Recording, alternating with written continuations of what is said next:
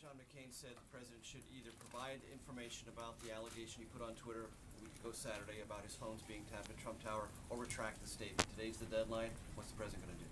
Well, let's be clear. The Department of Justice was asked to send information down to Congress. It wasn't the White House that was asked to do that. And I think if you look at the president's tweet, he said very clearly, quote, wiretapping, in quotes. There's been substantial discussion in several reports. The Brett Baer from Fox, from John's, on March 3rd, talked about evidence of wiretapping. There's been reports in the New York Times and the BBC and other outlets about other aspects of surveillance that have occurred. The president was very clear in his tweet that it was, wiretapping. That spans a whole host of surveillance types of options. Does the president feel he has an obligation, once the investigation is over, to release some sort of statement in response to whatever the findings are? Well, let's get there first. I think to start to presume what the outcome is going to be before the House and the Senate look at all of the evidence and information and reports that are presented to him would be a bit presumptuous. Is it phony or real when he says that President Obama was wiretapping? Well, again, let's get back. I think there's two things that are important about what he said. I think recognizing that it's the Obama, he doesn't really think that President Obama went up and tapped his phone personally. I think, but I think there's no question that the Obama administration, that there were actions about surveillance and other activities that occurred in the 2016 election. That is a widely reported activity that occurred back then. The president used the word wiretap in quotes to mean broadly surveillance and other activities during that. Can you say affirmatively that whenever the president sends something, we can trust it to be real? If he's not joking, of course. I mean, but in that case, hold on. But no, you're asking. Hold on. Start over again with joking. Okay, no. But your point is, if he's, he every time that he speaks authoritatively, he's speaking as president of the United States. Like it's more than 3 million Americans voted illegally. Yes, and he still believes that. Was he joking, or does he believe it? He does believe it.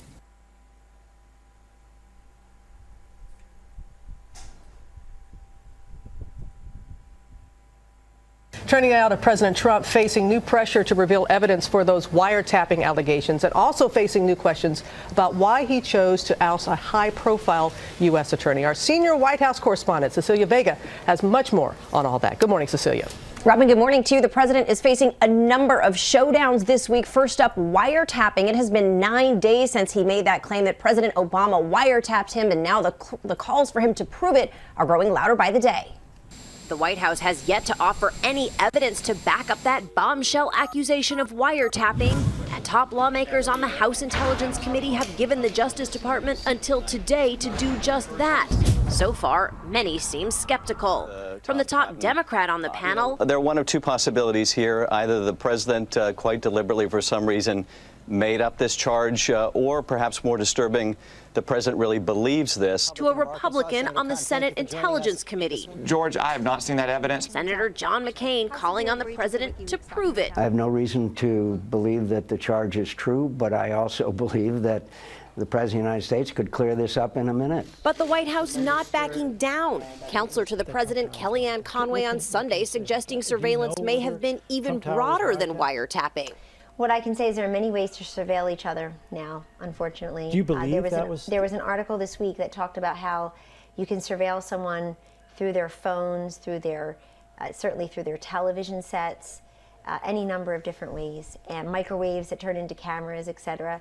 So we know that that is just a fact of modern life. But that is far from the only controversy facing President Trump this morning. This weekend, an abrupt changing of the guard at the Justice Department. The Attorney General requesting resignation letters from 46 federal prosecutors, all holdovers from the Obama administration. But one of the most prominent, New York's Preet Bharara, refused, tweeting over the weekend, "I didn't resign. Moments ago, I was fired." A sharp shift from November when then President-elect Trump personally asked him to stay on the job. We had a good meeting. I said I would absolutely consider staying on. The White House calls it a routine house cleaning in a new administration. And another looming showdown, this one on health care. The Congressional Budget Office, as early as today, could release findings that show millions of people who now have health care under Obamacare could lose it. But George, before these findings are even out, the White House is already pushing back.